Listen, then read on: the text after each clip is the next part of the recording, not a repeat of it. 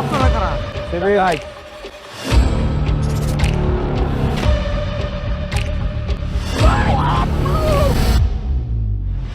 এই যে পাশের গ্রামে গিয়া ডাকাতি করে নিয়ে আইছো, এখন সব আইসে আমার কাছে বিচার দিয়া। আমরা তো ভালো কাজ করছি, অর্থনীতি বাড়াই দিচ্ছে আপনার গ্রামে। ওরা যদি আত্মসমর্পণ করে তাইলে ওকে শাস্তিটা কম হবে।